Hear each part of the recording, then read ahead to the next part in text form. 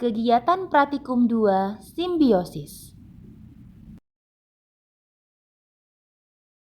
Halo, perkenalkan nama saya Diana Simanjuntak. Pada bagian ini saya akan menjelaskan tentang simbiosis, di mana dalam suatu ekosistem pasti setiap makhluk hidup memiliki hubungan bahkan ketergantungan satu dengan yang lainnya. Nah, di sini saya akan membuat video contoh dari hubungan simbiosis yang ada pada lingkungan sekitar tempat saya tinggal. Baiklah, sebelumnya simbiosis itu terdiri atau terbagi menjadi 3 bagian. Pertama adalah simbiosis paratisme, yang kedua adalah simbiosis komensalisme, dan yang ketiga adalah simbiosis mutualisme, di mana saya akan menjabarkannya melalui video dan gambar yang saya temukan di lingkungan sekitar saya. Apakah yang dimaksud dengan simbiosis?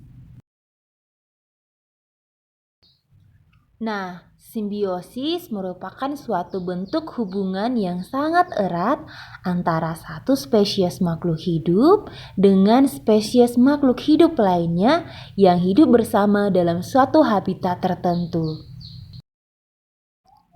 Simbiosis dikelompokkan menjadi 3 bagian. Yang pertama, simbiosis paratisme, yang kedua, simbiosis komensalisme, dan yang ketiga, simbiosis mutualisme.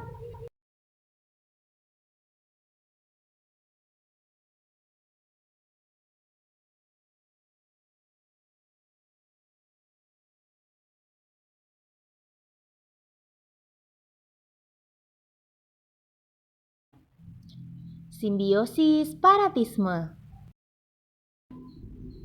Simbiosis paratisme merupakan suatu hubungan di antara 2 spesies atau organisme di mana satu spesies mendapatkan keuntungan sedangkan spesies lainnya dirugikan. Nah, dalam simbiosis paratisme, saya mengambil 5 jenis hubungan paratisme. Yang pertama, bunga jinia anggun dan hama. Baiklah, ini adalah salah satu contoh dari hubungan simbiosis paratisme. Contohnya terdapat pada bunga jinia anggun dan juga hama yang ada pada seluruh tubuh dari bunga jinia anggun ini, di mana bunga jinia anggun dirugikan dan hama yang ada pada seluruh tubuh tumbuhan ini yang diuntungkan.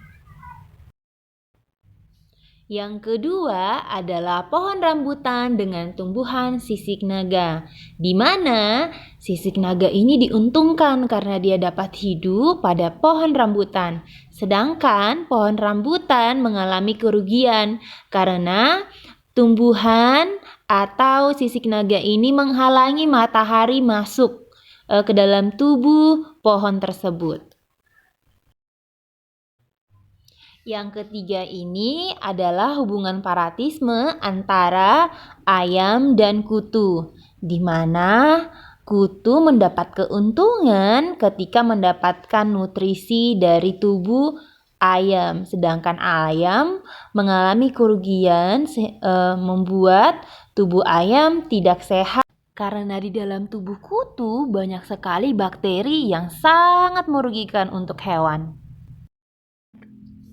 Yang keempat ini adalah jenis hubungan paratisme anjing dengan kutu, di mana kutu memperoleh keuntungan karena memperoleh nutrisi dari tubuh anjing, sedangkan anjing dirugikan karena bakteri yang terdapat pada kutu membuat anjing tidak sehat dan bulunya pun dapat rusak. Yang terakhir adalah jenis hubungan paratisme jambu biji dengan ulat buah, di mana ulat buah memperoleh keuntungan dengan mendapatkan nutrisi dari sari-sari buah jambu, sedangkan jambu biji mengalami kerugian di mana buah tidak bisa lagi dikonsumsi dan rusak. Nah, jenis yang kedua dari simbiosis adalah simbiosis komensalisme. Simbiosis komensalisme ini merupakan suatu hubungan di mana suatu spesies makhluk hidup diuntungkan, sedangkan pihak lainnya tidak diuntungkan ataupun dirugikan. Di sini saya mengambil 5 jenis hubungan simbiosis komensalisme. Ini adalah contoh pertama dari simbiosis komensalisme, bunga anggrek dan pohon rambutan, di mana pohon anggrek mempunyai tempat tinggal di pohon rambutan dan pohon rambutan tidak mengalami kerugian. Yang kedua adalah tanaman sirih dengan pohon rambutan, di mana tumbuhan sirih mempunyai tempat tinggal di pohon rambutan, dapat menjalar dengan baik, dan pohon rambutan tidak mengalami kerugian. Yang ketiga adalah burung gereja dan pohon ketapang, di mana burung gereja dapat bersangkar di pohon dan pohon tidak mengalami kerugian dari hal tersebut. Yang keempat adalah pohon rambutan dan bunga pakis, di mana bunga pakis dapat menopang hidup atau tinggal di batang pohon rambutan dan pohon rambutan tidak mengalami kerugian.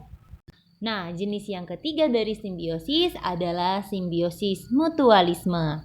Nah, simbiosis mutualisme ini adalah hidup bersama di antara dua spesies makhluk hidup, di mana kedua spesies tersebut mendapatkan keuntungan. Kupu-kupu dengan bunga Jinia anggun, di mana kupu-kupu memperoleh sari-sari makanan dari bunga, sedangkan bunga Jinia anggun terbantu dengan proses penyerbukan. Ayam dan pohon mangga. Ayam mempunyai tempat berteduh dan juga tidur di pohon mangga.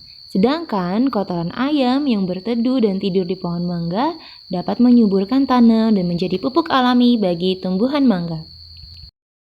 Yang ketiga adalah kumbang dan bunga, di mana kumbang memperoleh sari-sari makanan dari bunga, dan bunga terbantu dalam proses penyerbukan. Yang keempat adalah semut rangrang dan pohon mangga, di mana semut rangrang memperoleh nutrisi dari pohon dan sari tumbuhan mangga, dan pohon mangga lepas dari ulat dan hama yang mengganggunya.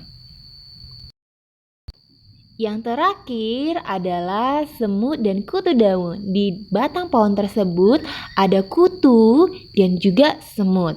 Kutu daun menyediakan cadangan makanan untuk semut, di mana kutu daun menyediakan makanan berupa embun madu kesukaan semut. Dan serangga menjadi pelindung bagi telur dan kutu daun. Telur kutu daun akan diangkat ke sarang semut untuk dilindungi. Baiklah, demikianlah tentang simbiosis, di mana dalam suatu ekosistem pasti terjadi hubungan yang saling kebergantungan antara makhluk hidup satu dengan makhluk hidup yang lain, dan itulah yang saya temukan yang ada di lingkungan sekitar saya tinggal. Terima kasih.